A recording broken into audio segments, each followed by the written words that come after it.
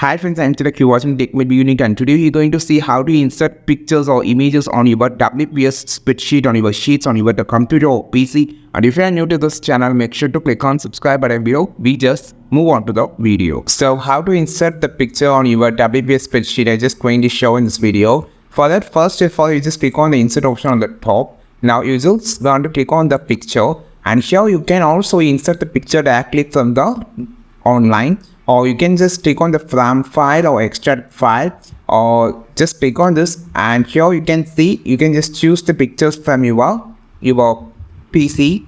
I'm just going to click this picture. So now you can see the picture has been inserted. So now you can just resize it and place wherever you just need it, and you can just pick it on to make it on the sidewise.